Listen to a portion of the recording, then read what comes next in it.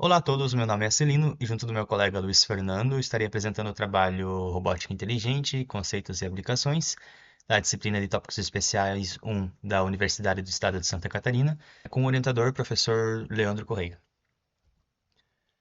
Primeiro vamos começar definindo o que é robótica, então ela se trata de três grandes áreas, a primeira delas seria a mecânica, daqui a pouco a gente fala um pouco mais sobre isso.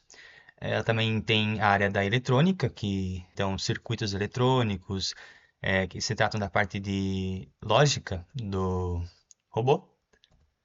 E é claro também a parte de computação, que movimenta a área da eletrônica para que essa, por sua vez, consiga também interagir com a parte mecânica do robô. E esses três pilares é o que forma o que a gente chama de robótica.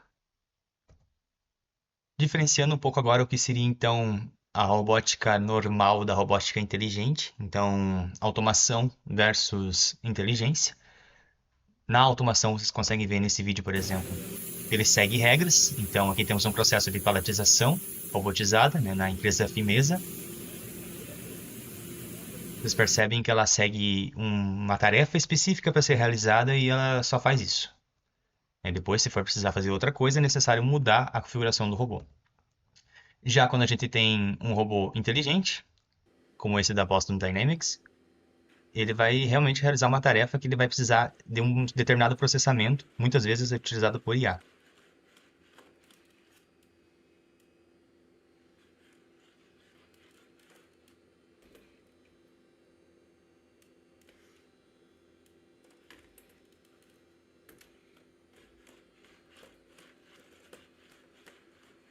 Aqui a gente tem até uma coisa interessante que os robôs estão interagindo entre si, estão colaborando um com os outros. Bom, eu disse que eu ia falar um pouco mais sobre os três pilares que formam a robótica, então vamos falar um pouco mais sobre isso. Então, primeiramente, o paradigma sentir, pensar e agir. Um robô ele age dessas três formas, ele sente, ele pensa e ele age.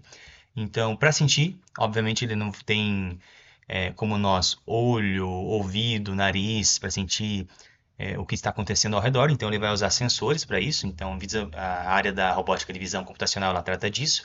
Então, câmeras para visão, lidar para detectar objetos ao redor, microfones para ouvir.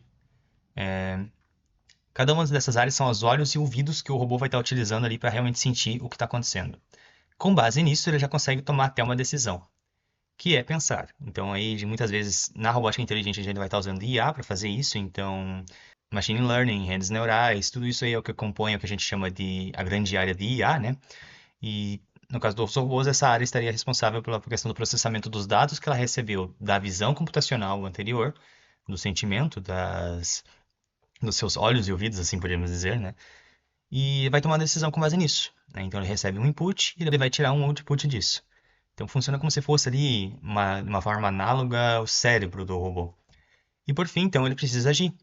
Para isso, ele manda essa decisão para os atuadores, que é ali a parte de mecânica que eu falei anteriormente, que é o responsável por realmente mover o robô. É o que a gente poderia chamar de músculos do robô, né? Então, as rodas, os pistões, os motores, tudo isso aí é o que compõe o que a gente chama de sentir, pensar e agir do robô. É a forma como ele funciona, de uma maneira bem básica. É claro que tem muito mais por trás disso. Comunicação, até, que aqui eu coloquei só essas setinhas vermelhas, mas poderiam ser coisas até um pouco mais complexas. Mas falando de comunicação, a gente já entra em outras áreas, porque depende muito do que a gente está falando. Né? Por exemplo, se a gente entrar na área industrial, poderia ser ROS, MQTT. Existem muitas formas de comunicação desses atuadores. Tudo isso costuma acontecer dentro de scripts, módulos, mas para não alongar muito aqui e entrar em questões muito complexas, a gente pode falar disso aí num outro vídeo futuramente. Se tratando agora um pouco das aplicações, saindo um pouco da teoria do que é, da definição, para entrar um pouco na área também de aplicação do que os robôs conseguem fazer, tá legal, a gente tem algo que pensa, que recebe informação, que age com base nisso, mas para quê? Então a gente tem muitas aplicações, por exemplo, na robótica de precisão, aqui a gente tem um modelo de mão robótica focada em precisão, então esse aqui é da fabricante Unitree. Como vocês podem ver ali nessa foto que eu tirei do site oficial deles, ela captura informações, então ela tem uma operação remota com base na captura de dados. Então ela captura dados e com base nisso ela realiza uma operação de alta precisão, no caso.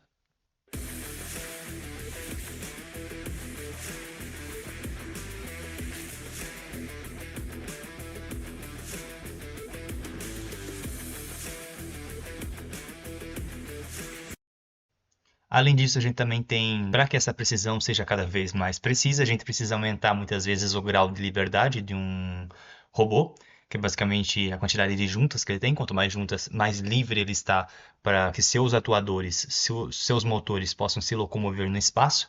Então, aqui no lado esquerdo de vocês, vocês vão estar vendo o X-Arm 6 da fabricante U-Factory. Ela tem 6 graus de liberdade, então são 6 juntas. Isso já traz bastante liberdade para o movimento, mas não é tão preciso quanto, por exemplo, do lado direito aqui, que da Unitree, que tem 20 graus de liberdade, então ele consegue fazer muito mais tarefas precisas ali, até relativamente próximas da mão humana. Né? Então, por que que a precisão ela é tão importante? Aqui vocês estão vendo o modelo robótico da Vinci, utilizado na medicina. Esse tipo de robô não pode ser um robô que não tenha precisão, é necessário muita precisão para fazer uma cirurgia e esse aqui tem muita precisão para fazer esse tipo de tarefa. E é claro que quando a gente fala de robótica inteligente, a gente não está falando só de movimentos que simulam a movimentação humana. A gente também tem a questão da automação. A automação também pode ser inteligente, né? Eu falei no começo do vídeo que automação é uma coisa e robótica inteligente é outra, mas não necessariamente. Você também pode ter robótica automatizada e inteligente, como é o caso dos carros autônomos. Sim, eles também podem ser considerados robôs, são considerados, de certa forma, robótica inteligente. Então, para o trânsito cotidiano, a gente tem 5 níveis de automação atualmente sendo categorizados para automação de veículos, sendo a primeira delas a assistência ao motorista. Você tem aqui um carro que ele te traz uma assistência, então ele vai ajudar em uma tarefa por vez, ele não vai fazer tudo por você. Ele até tem piloto automático, então vai acelerar, frear ali com base no que ele consegue captar informações. E ele consegue te ajudar a corrigir o volante ali, como vocês podem ver na imagem, tem um símbolo ao redor do volante. No nível 2, a gente já está falando de uma automação parcial. Então, nesse nível aqui, o carro consegue controlar tanto a velocidade quanto a direção ao mesmo tempo, já não é mais uma coisa só. Além disso, existe uma certa forma de piloto automático. Os carros da Tesla se encaixam nesse tipo de nível de automação.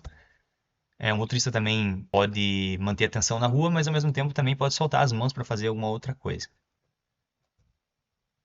No nível 3, a gente já tem uma automação condicional, então existe automação, mas depende de uma determinada condição, né? Então, o carro assume o controle e monitora totalmente então o ambiente à sua volta. Mas isso também depende, né? Aí entra a condição de uma situação bem específica, como por exemplo um engarrafamento na rodovia, algum momento ali que você está permitindo que o carro receba mais informações. E é claro que nesse nível também o motorista pode também tirar os olhos da pista, mas precisa estar sempre pronto para assumir o volante no caso de alguma coisa mais séria for acontecer.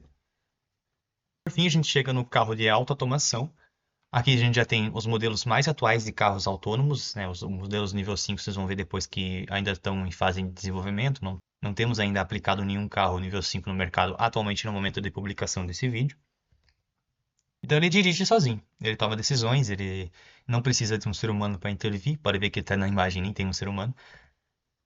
Ele é limitado às áreas geográficas mapeadas ou condições específicas, então cidades, grandes cidades geralmente são aplicadas para testes e daqui a pouco a gente vai mostrar um pouco sobre isso. Se algo der errado, então ele sabe como parar, existe segurança para isso, então os robotáxis da Waymo, por exemplo, que são, nesse vídeo aí no caso, ele é na cidade de São Francisco, lá nos Estados Unidos, mas também eles estão atuando em outras cidades, se eu não me engano. E eles funcionam dessa forma. Então eles vão estar identificando o que está acontecendo ao redor. Aqui a gente pode ver as colisões, as caixas de onde existem outros objetos, né? E por fim, os carros de automação nível 5, como em teoria ele faz tudo, ele vai para qualquer lugar, ele vai sobre qualquer condição climática, neblina, chuva, ele faz tudo sozinho. Não existe restrição geográfica, ele pode entrar numa estrada de chão, sem realmente precisar de mapeamento. E como eu disse, esse nível ainda não existe no mercado atual. E por fim, uma última aplicação, a gente tem os robôs de interação humano-robô, eles também se encaixam em robótica inteligente, até porque interagir de uma maneira aceitável para a gente é difícil, exige, a IA consegue fazer isso muito bem no celular, então por que não poderia fazer isso também sendo um robô, né, trazendo essa proximidade maior de interação. Essas são 4 aplicações mas existem muitas, muitas outras aplicações também que os robôs inteligentes podem estar sendo aplicados. E agora eu vou deixar meu colega Luiz Fernando falar um pouco para vocês sobre as questões éticas que permeiam a área da robótica inteligente. Bom, e nós temos a parte ética também, né? Então, hoje em dia, a tecnologia e o código, eles evoluem mais rápido do que nossas leis e a nossa ética e moral. Então, fica essa pergunta, né? Quem é o culpado quando o código erra? Nós temos, por exemplo, esse caso aqui da Tesla, que foi um caso fatal. Esse daí foi um caso do nível 2 da automação, ou seja, tem um humano assistindo o sistema, porém ele tem que estar atento. Nesse caso aqui a gente pode ter duas observações, dois problemas éticos.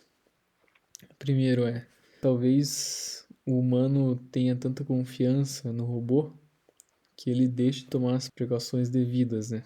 E também que talvez até que ponto a empresa vai enganar e manipular as pessoas para achar que o robô é mais autônomo do que ele é realmente. Bom, por exemplo, se eu estiver dirigindo um carro e eu bater, a culpa é minha. Mas se a gente tem um algoritmo, um robô que toma decisões baseadas num algoritmo de caixa preta, em que ninguém sabe exatamente como ele chegou em certa conclusão. Quem que seria o culpado disso daí? A gente pode pensar, por exemplo, em três possíveis culpados, que seria talvez o programador que programou o robô daquele jeito, talvez tenha algum erro no código. Pode também ser o fabricante, que pode ter tido alguma falha em hardware, em sensores, alguma coisa do tipo. Ou pode ser o usuário final, que talvez não usou o robô do jeito que era para ser usado? É uma pergunta bem complicada de se responder, né?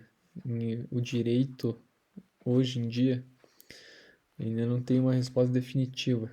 Então, é uma pergunta que talvez com o tempo a gente tenha uma resposta conclusiva. E nós, como profissionais de sistema de informação, quando nós estivermos desenvolvendo um sistema que interage com o mundo físico, tem que sempre pensar em cada linha de código ter a segurança e a ética humana, né? Para que casos como esse não aconteçam mais. Obrigado pela atenção. Aqui nós temos referências e essa é a nossa apresentação.